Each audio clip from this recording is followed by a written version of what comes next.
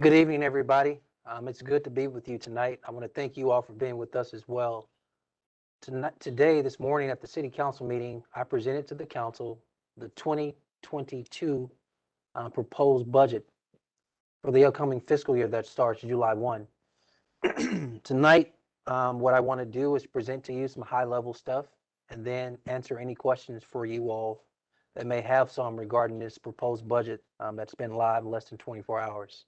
With me today, I have um, Chaz Mitchell, who's the Deputy Chief of Operations for the City of Birmingham, as well as Lester Smith, Chief Financial Officer for the City of Birmingham.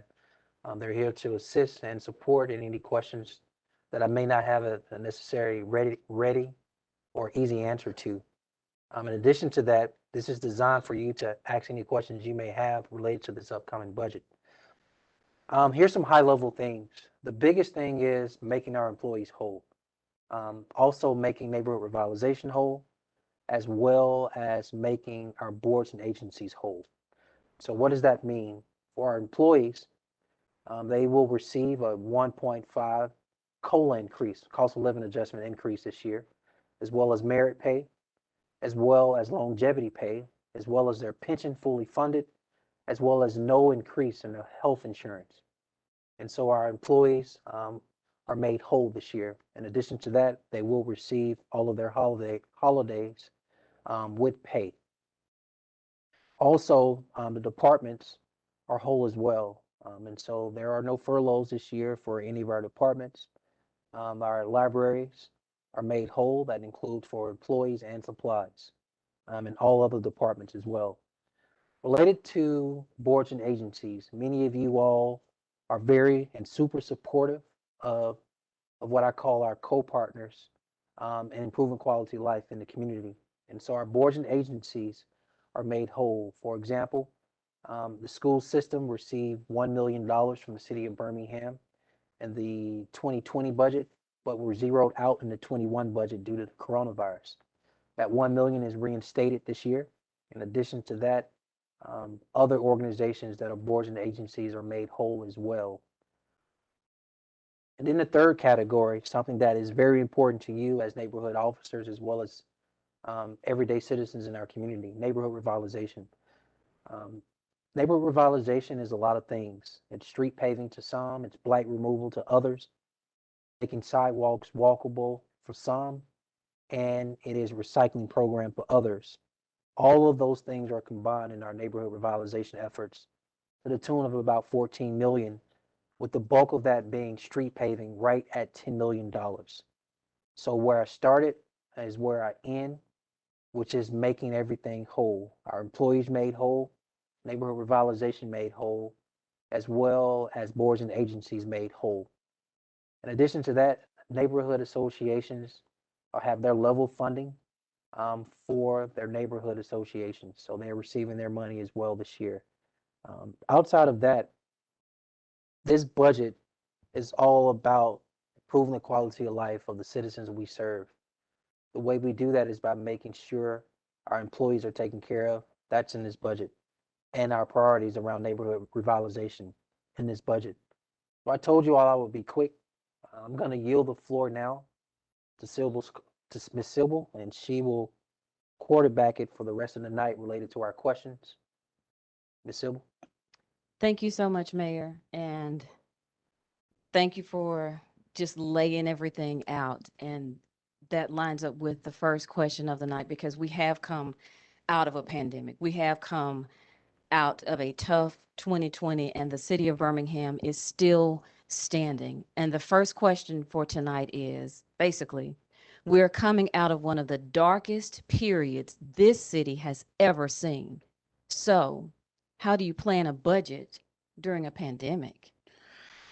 Well, um, we have some history here because we technically planned a budget. Last year's budget was planned during the pandemic, and that was dire. That was very hard for us to do because of some very unknown projections and scenarios. This is actually our second dance. This is our second rodeo, and so we not only have experience and some history behind us, but we have better numbers. We know that our revenues are increasing and have increased. We believe our revenues will continue to increase around sales tax, around lodging taxes, and other forms of permits and fees. And so there are other forms of revenue, but we believe collectively all of our revenues have allowed us to present this proposed budget because by definition, this is the second proposed budget in the middle of a pandemic. But middle may not be the necessary correct term. The truth is, I believe this is we're bending the curve coming out of the pandemic. If there was I would say a sports analogy, this would be the fourth quarter of the pandemic. So we feel pretty good about the proposed budget we presented to the council and the public today.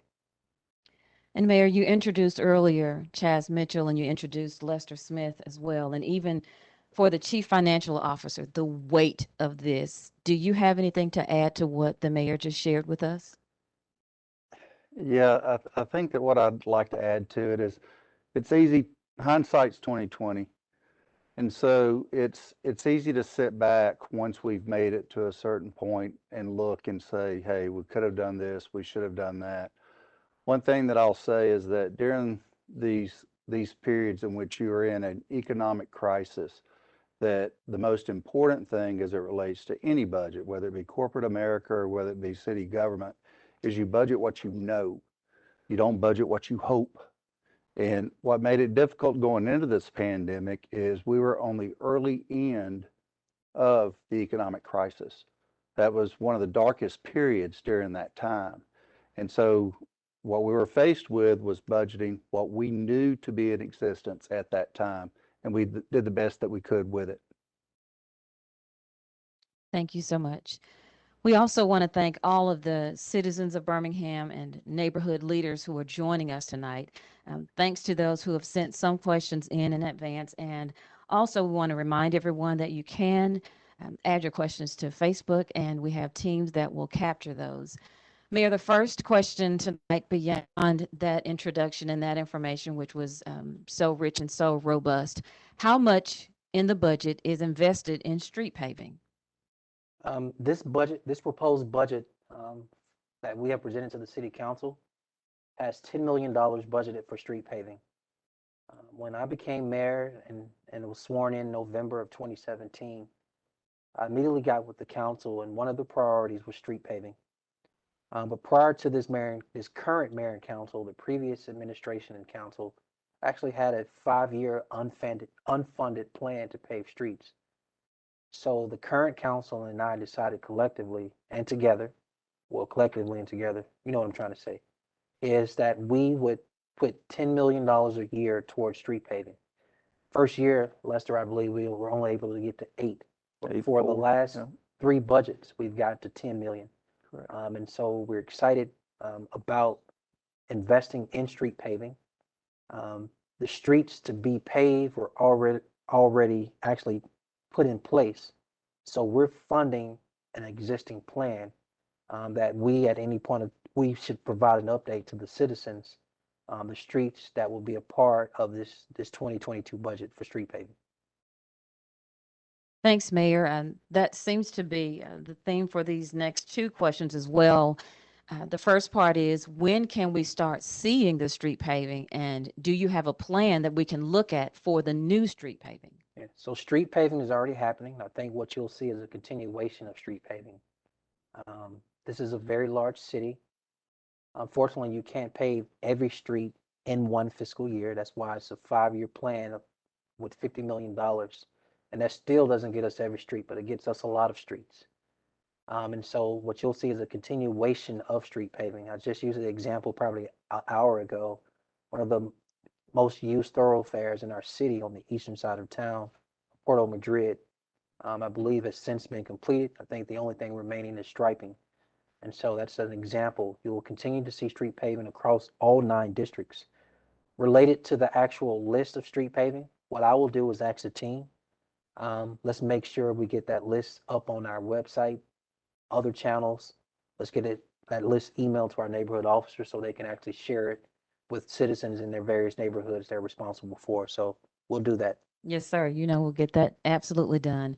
The next question, when can we return to recycling for twice a month? And is there money in the budget for recycling to return twice a month? Yes, I have told the team I would like for us to start recycling when the new fiscal year's twice a month when the new recycling twice a month when the new fiscal year starts, which is July.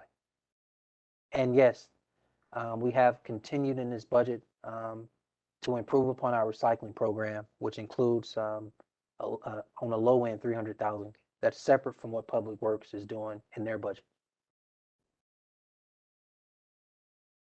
Thank you so much, sir.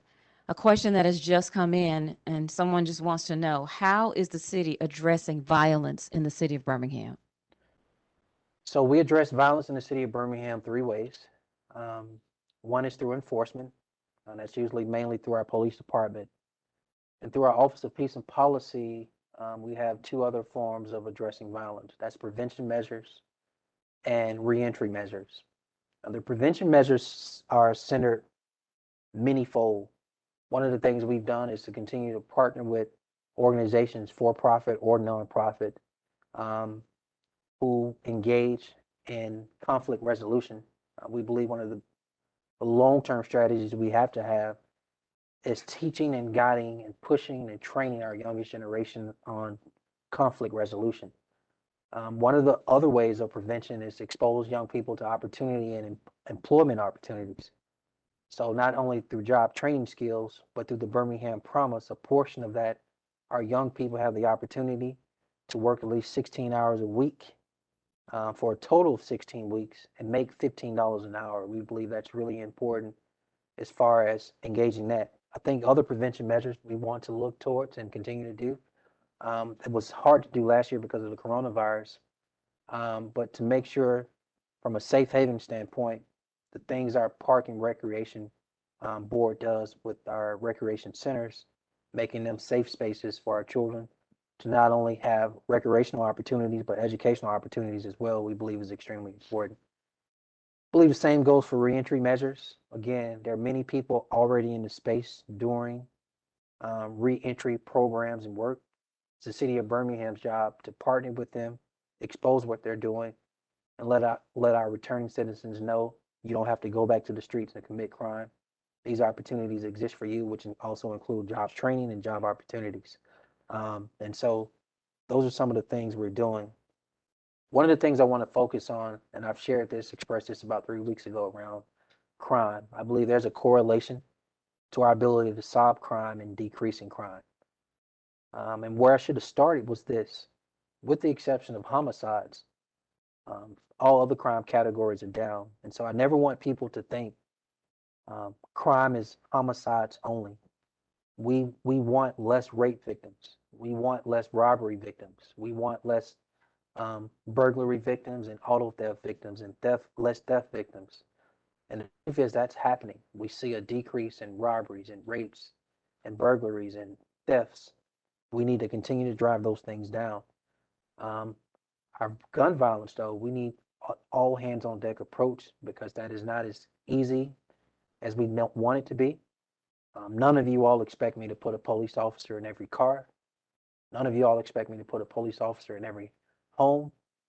And we have to, as adults, manage our personal conflict with people we know better than what we're doing. That's not a Birmingham issue in isolation. That's a national issue in our urban cores that it takes everyone to address. So I hope I answered the question. Yes, sir, you did. And speaking of national issues, the next question is federal stimulus money in this budget? For this proposed budget, the answer is no. This budget was predicated on our traditional ways of how we generate revenue. Thank you so much, sir. A question that has now come in from Facebook, and it says Norwood was promised a budget item for repairs to a major drainage issue at 29th Street North and Norwood Boulevard. Can you show me where that is? There is a large bulge in the streetscape or something different, and if so, what is that money being used for?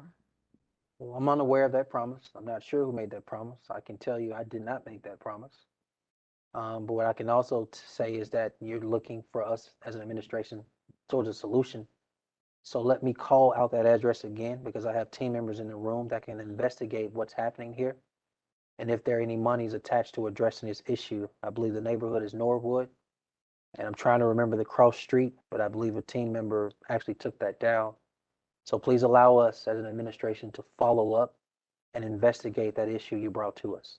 Yes, sir. We'll get that taken care of as soon as possible. The next question, neighbor simply says, I just want my trash picked up and overgrown lots cut. Where will more money go toward this?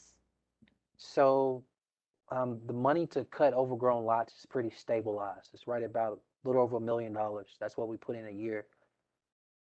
So let me try to explain the balance here. Let me explain the balance and give you some good news. The balance is we have public works employees. It's our largest department. And within this department, a little over 100 employees are responsible for horticulture, which includes cutting some of these lots. Separate from that, we have contracted with now 17 different private contractors who are responsible for assisting us in cutting some of these overgrown lots. Citizens of Birmingham, y'all know I'm going to always be straight up with you. The city of Birmingham's ability to remain in the grass cutting business is not sustainable. The other truth is, majority of these lots do not belong to us. So I'm actually, two things are required. One is we have to go through a legal process and legal hurdles to go on private property. The second thing is when I do that, 100% of that money is your tax dollars. And so the more I do that, the more that takes away from street paving. Or the more I do that, the more it takes away from more blight removal. So what we got to continue to do is be aggressive and hold these absentee landlords and or slum landlords accountable for their private property. Because the question is centered around money's going towards this, but we have to balance how we spend your tax dollars. Thank you, Mayor. And we also want to remind citizens and neighbors who are on this call that every single neighborhood officer, president, vice president, and secretary receives information every single day on grass cutting and lots that are cut and alleys that are cleaned and ditches that are cleaned. So we encourage you, if you are listening, to reach out to your neighborhood officer because that's information that they will be happy to share with you on a daily basis. Additionally, this question says, is there anything in the budget to clean the alleys? Also, to do some repaving of some of the alleys that are in greatest need? The street paving plan, I'm not sure it actually includes alleys. I would need to check that. To my knowledge, it does not. What I can say though, if you are aware of an alley that needs some upkeep, please send that information to us and we will have that not only investigated, but we can tell you what we can or cannot do in that alley. Believe it or not, a lot of alleys are private. They're not necessarily city property. Many people think all of the alleys are city property, but a lot of them are not. Thank you so much, sir.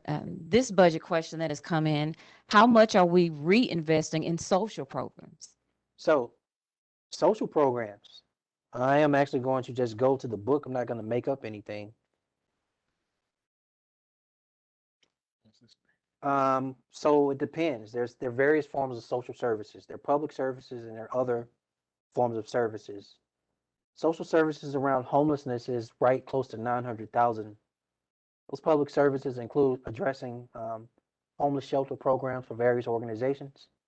They include Alethea House, Change Lives Christian Center, the Cooperative Downtown Ministries, First Light Pathways, YWCA, and Bridge Ministries. You have other public service organizations that focus on social services organizations and impacts. Girls Inc., Child Care Resources, Legal Services, Positive Maturity, Children's Village, Prescott House, Birmingham Urban League, as well as Alcohol and Drug Abuse Treatment Center. And I didn't even name all the organizations. In addition to that, as I stated, we are reinstating $1 million towards the Birmingham City school system. I've continued to have various conversations with Superintendent Mark Sullivan, who is our superintendent of Birmingham City Schools. He's continued to have conversations with his staff as well as the Ed Foundation, where there is a more of an emphasis and focus on wraparound services that includes mental health experts coming into our school system to provide services for our children. The city of Birmingham is committing 100% of that $1 million towards supporting that effort, which we believe is one of the highest forms of social services we can provide for our youngest generation here in Birmingham. Thank you so much, sir. And we want to thank everyone who's listening and everyone who's watching. And this question just came in through Facebook, and it says, I see a lot of money for Village Creek Greenway. Is there any dedication to the section that is in Norwood? You know, I don't know if the budget actually, when we allocate funding, is money's predicated on one section. So I may not necessarily know how to answer that question, but I doubt it's for one section. Thank you so much, sir. Next question. What is the timeline for the Civilian Review Board? The Civilian Review Board is I guess, this is a loose term, under construction now, right? They were recently formed. I believe citizens will have the ability for the board to start receiving actually citizens' complaint before this summer is over. So that will start actually the third quarter of this year. They're now in the process of onboarding their processes to make sure that they're in a position not only to receive complaints, but be able to investigate them and make their final recommendations to the mayor's office as well as the police department. Yes, sir. Thank you. Our next question this evening, is there a plan to fix the flooding problem that's on First Avenue North? Gosh, I say gosh because First Avenue North is a very long stretch of highway. First Avenue North is Highway 11, so I'm not sure from your question which part of First Avenue you are referring to.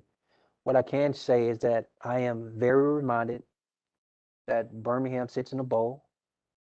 If we notice and remember, a lot of our neighborhoods on the outer skirts of our city either have the word hill or height in them, and everything else sits at the bottom of the bowl in Birmingham. If I am correct, First Avenue, as it relates to Highway 11, is literally in the middle of the bottom of that bowl. And when our city has a heavy amount of rain, sometimes certain areas of the city we have issues around our infrastructure for water runoff. If you can, send us detail of what part of First Avenue you're referring to and allow us to send our engineering team out there, as well as partner with LDOT to see what you're referring to. So not only we can investigate it, but if there are resources, we can address it. Thank you, sir. Next question. Could utility work be done before the streets are paved? Man, I would love that. We pave streets and then one of the utility companies just come cut it up. I think what we got to do is hold the utility companies accountable, which by law we can. Existing law states that they have to give notification. In addition to that, make that street whole to the way it was. And if it's not, let us know. But our team should be really intentional about investigating those complaints, as well as holding utility companies accountable if they're cutting up streets, especially for the ones we just repaved. The last thing any of us want is for a utility to come chop up a Porto Madrid right now.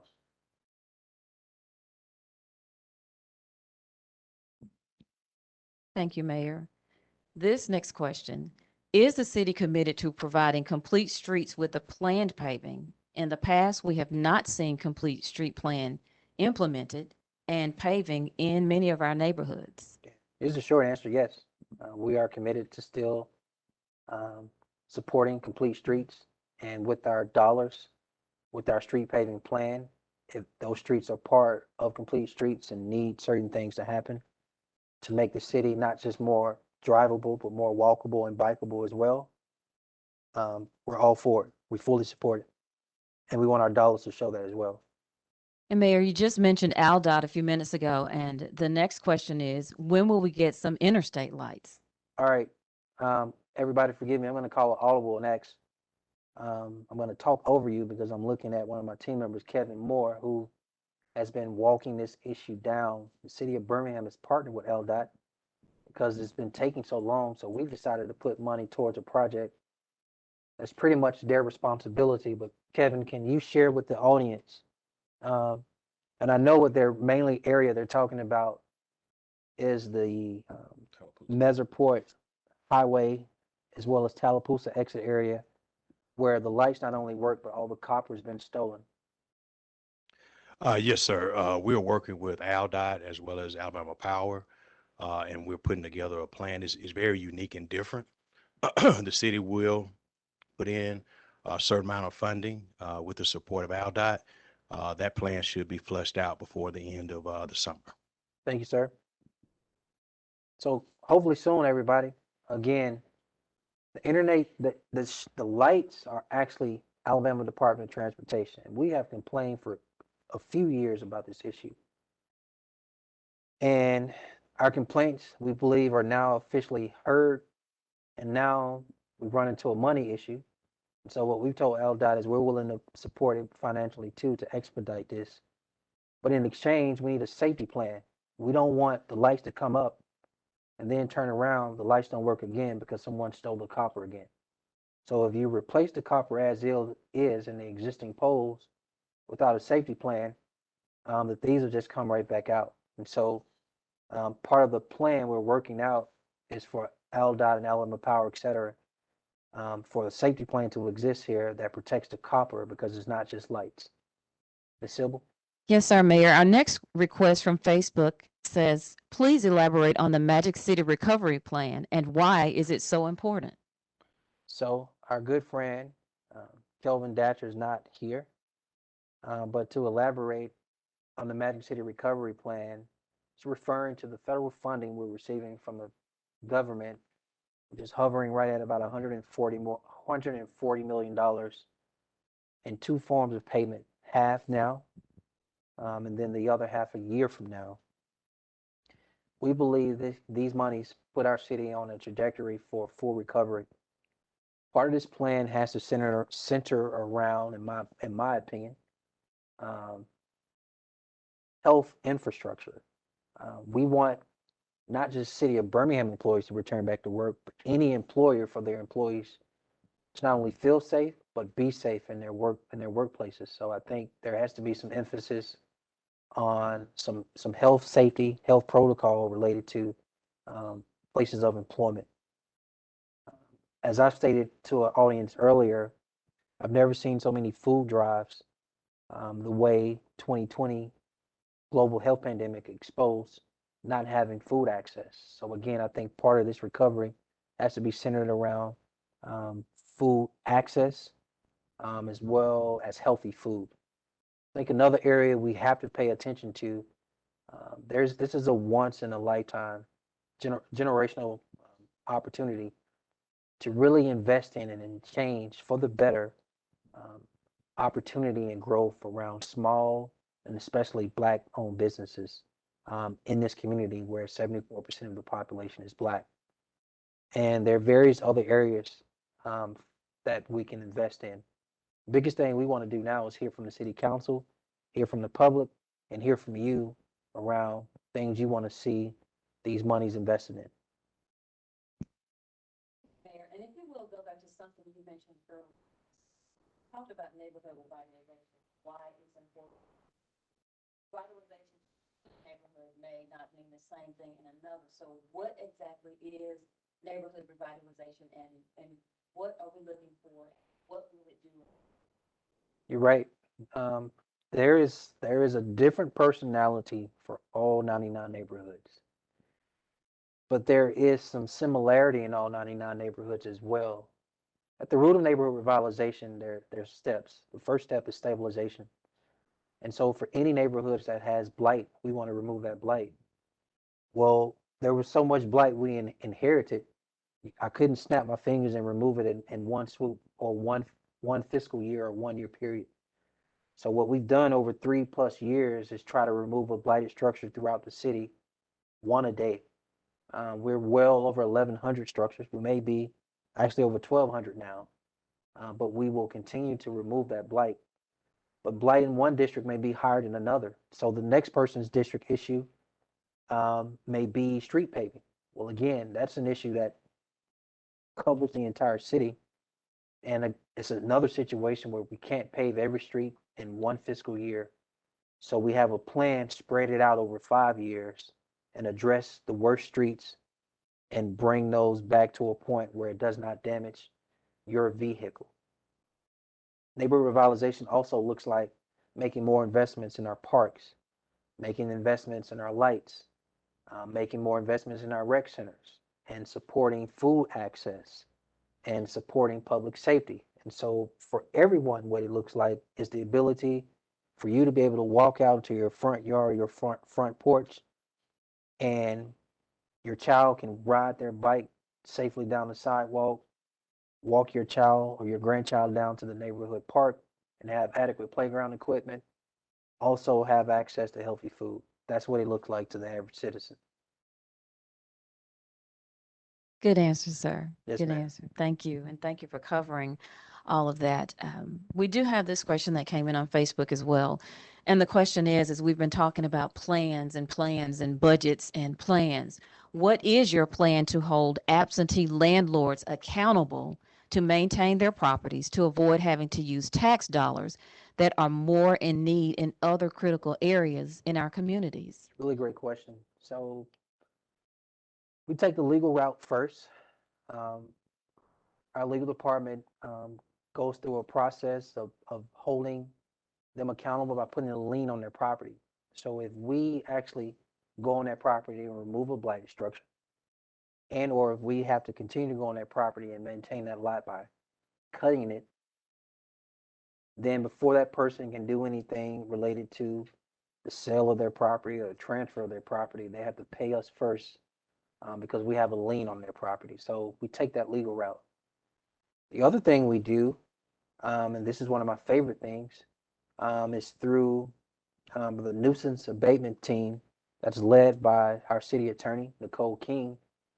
We actually go after landlords who are exposing our community to things that don't work or fit that neighborhood. We bring them before a judge, and they can be held accountable in the form of having to be removed from that property or other forms of accountability, or up to being removed from their property. So that's the second thing. The third thing I think we should start doing, I don't know how my team would feel about this. Maybe we should just start embarrassing them. Maybe we should find out where they live. Maybe we should remind their neighbors that they're responsible for other areas of town that they neglect, but their area doesn't look like this. So maybe we should, you know, protest where they frequent to make sure they pay and show some love to the areas they're responsible for. Just a thought. Y'all let me know how you feel about that. If you want to, we can do something about that. Ms. Hill, Yes, sir. I know the team think I'm crazy for Oh, answering it absolutely like that, not, sir. but it's an honest answer. Hey, sir, on point, on Yes, point. ma'am. And your heart, you can Yes, do it. ma'am. Thank you, sir. All right. This question, and as we mentioned about the budget, and it's for employees and neighborhood revitalization boards and agencies. This question is, each time it's a budget season, it seems to drag on and on, going back and forth. And honestly, Mayor, do you really think this budget will pass? Yes, this budget will pass. One of the things I wanted to be very sensitive to everybody is the three categories: the issues around neighborhood revitalization that are are priority to our citizens, the issues around boards and agencies and their ability to be funded so they can provide the quality of life services they do in partnering with the city, and our employees who are on the front line, do they have the necessary not only resources for their department, but their cost of living adjustment, their merit, their insurance, their pension, etc. Can we fund those things? This budget literally has done all of those things, and for our employees and for neighborhoods, as well as boards and agencies. This new fiscal year budget starts July 1. Here's what I love about this council working with them, and I want to pause to publicly thank them for their continued partnership. We pass every budget on time since I've been mayor before the new fiscal year starts. Even with the exception last year, the budget technically, we agreed to vote on it by October 1, and it passed before October 1. And so I have full confidence that this council will strike the balance of taking their time to go through this budget and also passing this budget on time because they take their job very seriously, and I work very well with them around our budget. 6 weeks may be long for some folk, but I think to the average person, that's not necessarily a long time. So we're not rushing the council. I want them to get this right, take their time, and we look forward to addressing and answering any questions they may have around the budget. Good answer, sir. Thank you. Good answer. You mentioned priorities, and this next question, someone just asked, please explain the benefit of receiving one of the pardons you just issued for a number of people. Yeah, so here's the main benefit. I believe all Americans deserve second chances. If you've known someone that has been exposed to a federal state prison, if you've known someone that's been exposed to a county jail or city jail, like the city of Birmingham, then you know people make mistakes. I've been a lawyer. I've represented people on both sides as a prosecutor and a defense attorney. People deserve second chances. Everyone's not evil. Everyone's not bad. And if as a society we're going to improve, then it's incumbent upon those who are in leadership positions like myself. If you have power, you should exercise it in such a way you maximize giving every citizen an opportunity to be successful in your community. What does that look like? For me, one of the number one things is gainful employment. One of the quickest paths to gainful employment or the denial of gainful employment is a person's past or record. So this pardon allows us to be in a position to wipe away a person's past conviction, especially when things are actually changing around the topic of possession of marijuana, and expose that person to get a second chance. Thank you so much, sir. The next question is a budget question and came in from Facebook. And the question is, are the broken sidewalks part of the infrastructure? And if so, is there a plan to get them fixed? Yes, there's already a sidewalk plan as well that exists for the city of Birmingham that's funded every year. The sidewalks to be maintained, etc. Separate from that, if you have a complaint or individual area of the sidewalk, please send that to the Department of Transportation or the mayor's office, and we will investigate and address as well. I will tell you, for a lot of our sidewalks, tree 1, sidewalk 0. The city of Birmingham has a lot of trees, and the sidewalk, nature always wins. A lot of what you see for some of our sidewalks is actually roots of trees. And there's a balance here because a lot of people don't want you to cut the tree, but in order to make the sidewalk actually flat, you would have to remove the tree. So we try to strike the balance in taking care of the tree and the sidewalk. And for the city of Birmingham, that if I'm correct, Tree City, that becomes a struggle. So I hope I answered that question. You did. It's a delicate balance, and DPW, our forestry division, works on that every single day, Mayor. The next question, will money be set aside for affordable housing? And if so, how? Absolutely. A lot of this will fall under Chris Hatcher and the leadership team there, the Department of Community Development, through our own funding as well as majority CDBG funding. The city of Birmingham, is partnering with various private sector folk. We're partnering with other public sector folk, which includes the Housing Authority one.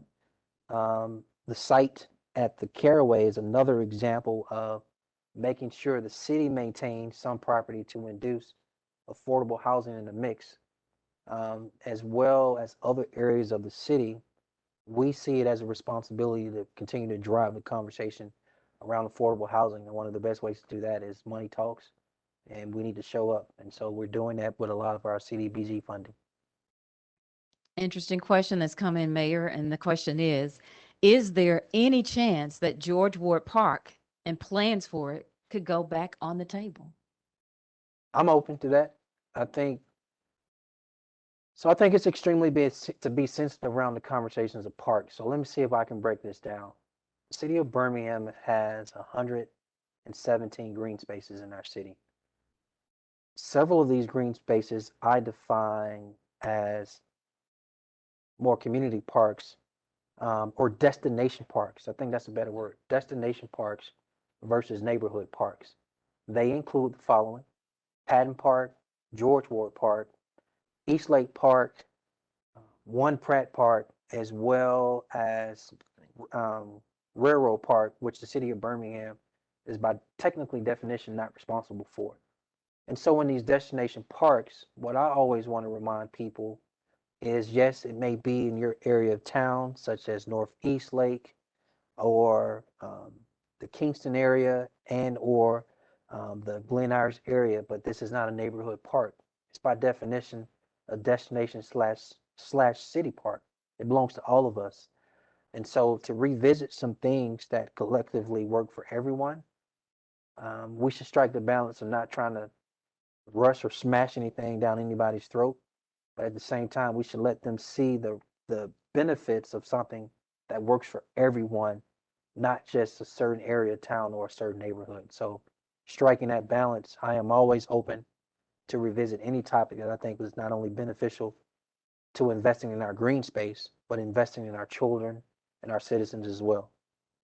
Thank you so much, Mayor. And we want to remind everyone, if you would like to see the budget, it is definitely online at www.birminghamal.gov/budget 2022. We want everyone to have the opportunity to take a deep dive, take a look at what's there, and see what this city is doing to move forward. The next question that is coming from Facebook: why did money in the budget for demolition decrease? And if so, is there any money in the budget to build houses as well? When we came into office, there was a considerable backlog of blighted structures in our city. I actually remember running for office and just seeing a number of blighted structures. So when I came in, I wanted to know, tell me the process, tell me the issue, and tell me the funding gap. The funding gap was significant, so we increased it. I think at one point we got up to 3.5.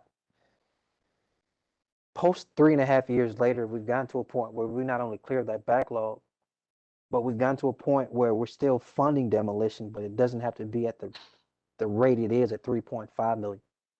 So we take that money and put it into other neighborhood revitalization issues. But we're still removing blight because we still have 2 million towards blight removal instead of 3 or 3.5. And Mayor, we'd also like to punt to our Deputy Director of Operations, Mr. Chaz Mitchell, to see if you have anything to add to that, sir. Just basically what the mayor already stated, that because of the backlog, that when he first took office and the administration wanted to make sure that neighborhood revitalization was a key point for us to make sure that we demo houses and work with our community development department to clear lots and bring housing back to Birmingham. So I think that's a good thing that it's decreasing, as much as it sounds kind of weird, but it's a good thing because we're actually clearing the backlog and making room for new housing, new rooftops to come to Birmingham. Yep, what Chad said. We co-sign, Mayor. We absolutely co-sign. Next question. Now that we've told people where they can find the budget and actually reminded them that it is online, this question: what did employees gain or lose in this budget? All right, so just a friendly reminder, we've been at this for about 45 minutes now. So to get more information on the budget and to see it yourself and read it yourself, firsthand knowledge, please visit birminghamal.gov/budget 2022. Again, that's birminghamal.gov/budget 2022. Want you to have firsthand knowledge of what's in this budget. Related to our employees, they did not lose a single thing. They actually gained. They gained their COLA. They gained merit. They gained a fully funded pension. They also gained merit and no increase in their health insurance. Thank you, sir. That Yes, ma'am. sounds good, sir. This question that has come in, and this is for the three of you at the table, whomever would like to take a stab at this. And someone on Facebook just says, people say this is the largest budget in the city's history. People say that. This is the largest budget in the city's history. But what does that really mean to you, Mayor, or Lester, or Chad? I think the short answer, it gives us an opportunity to increase services to improve the quality of life of the citizens we serve. So, example, the budget decrease, then you have to choose between what you can do we don't want to have to choose between neighborhood revitalization and taking care of employees. We want to do both. We don't want to have to cut boards and agencies. We want to fully fund them. This being the largest budget ever presented to the city, to the community, and to the council allows us to take care of the things we need to take care of. Lester, what does that mean to you, if you have anything to add to that? I do. To me, prior to the pandemic, what it meant was promise. And what I mean by that is for this to be the largest budget, that means that the city of Birmingham is growing.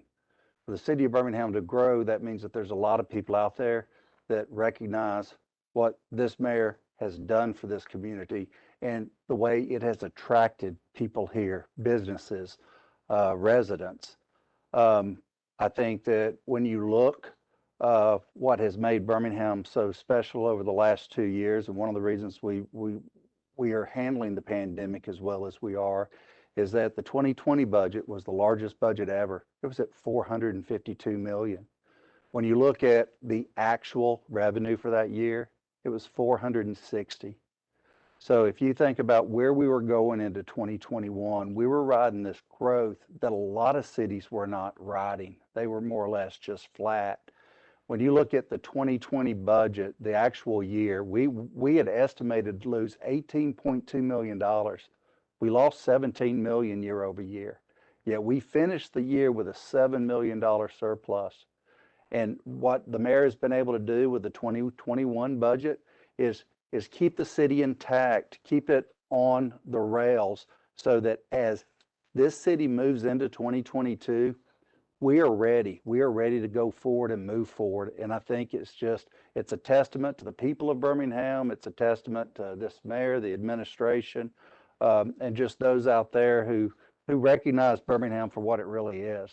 So to me, I guess it's promise.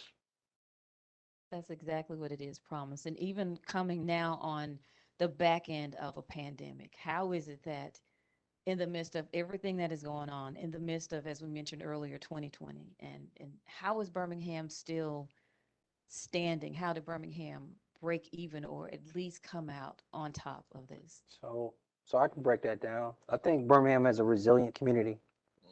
I think the other thing that's important to note is before the federal government did any PPP loans, we created our own public-private partnership through Birmingham Strong because we wanted to be a bridge to our small business community.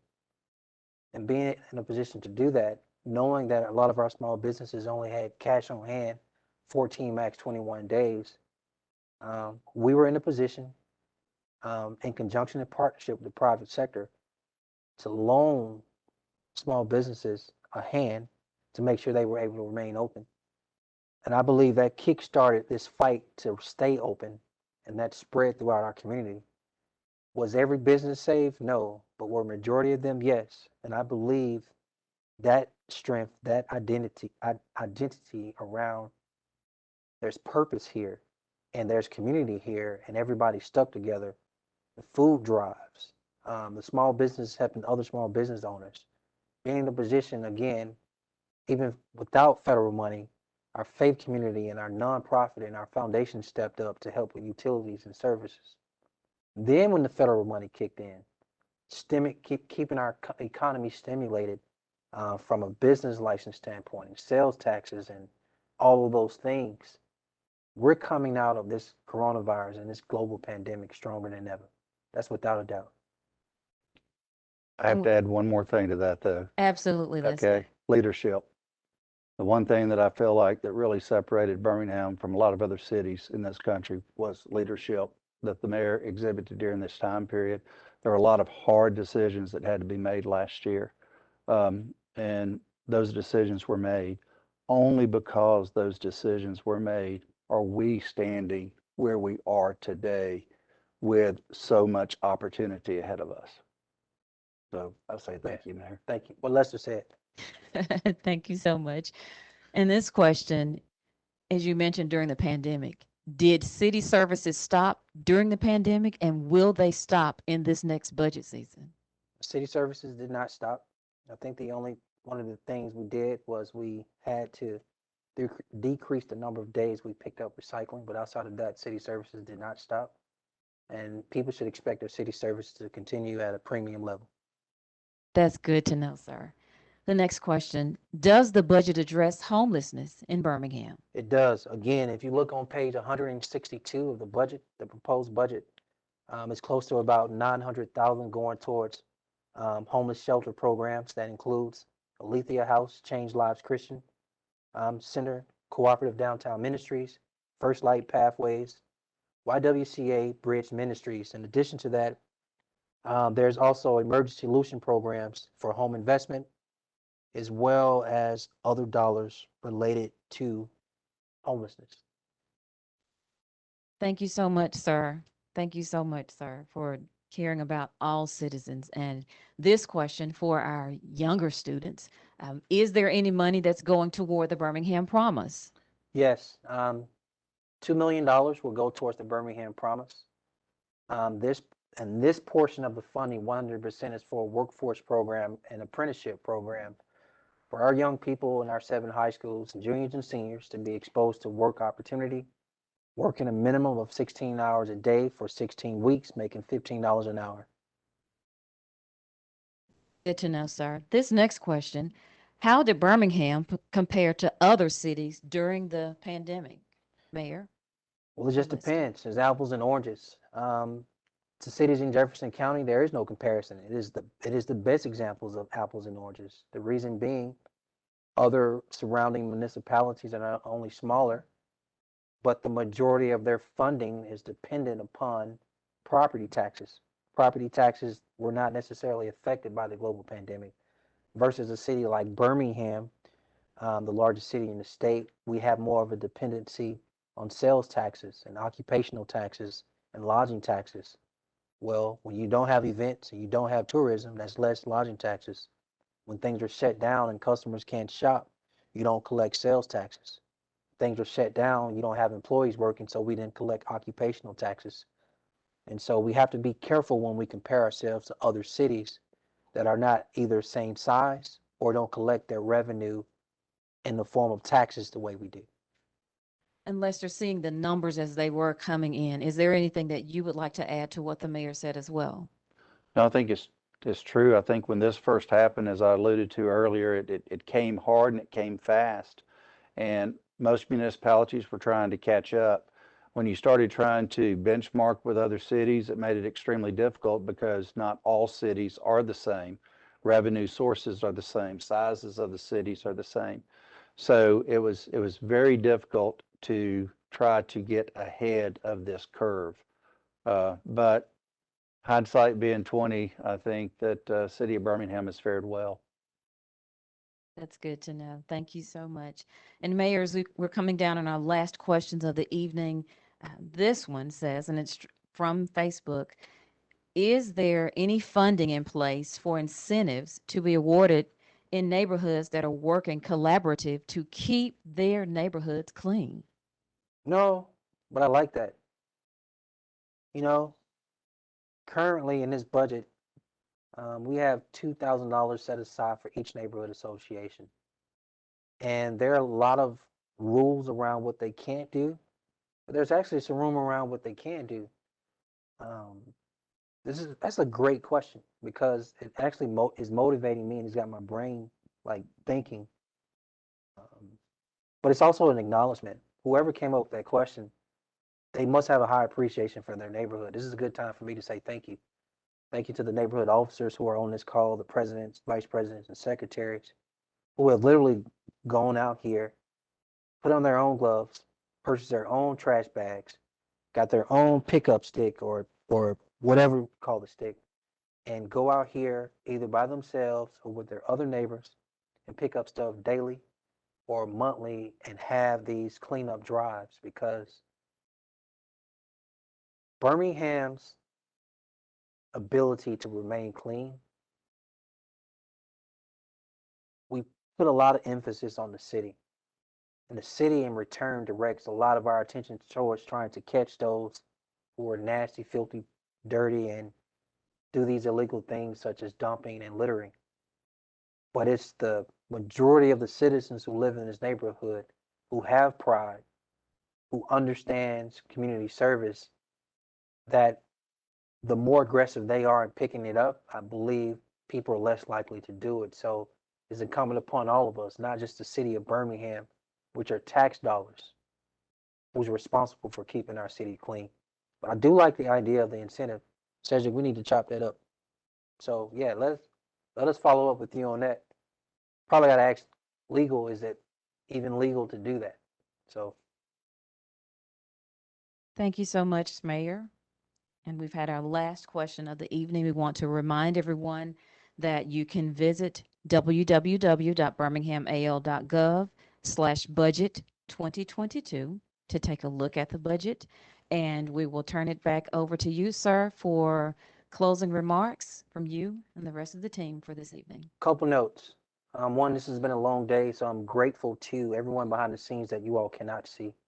There are many people here from IMS. There are a gazillion people here from the mayor's office. There are people here from HR and people here from the mayor's administration. I'm grateful. I'm grateful to Chaz and Lester for all the prep work and all the work Kevin and everyone else as far as the finance team, Barbara, et cetera, have done to get us to this point. I'm grateful to the city council for having their eyes and ears open to listening to and receiving this proposed document today. And I've worked with them. This is our fourth budget together. So I know the spirit they'll have in getting this passed. And I'm grateful to the council. In addition to that, I'm grateful to the public, to you listening in on this. Do me a favor. I have a request. Ask us if you have a question. They're going to be people that just make up stuff because they have to have some form of a boogeyman.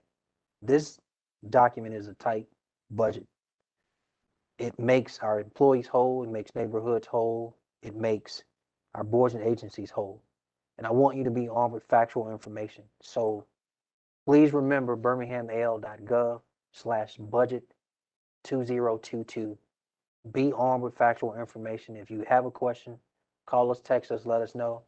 We'll get you an accurate, honest answer. And let's move together as a community. Let's continue to work together. Thank you for your time, everyone. Be safe. Have a good night.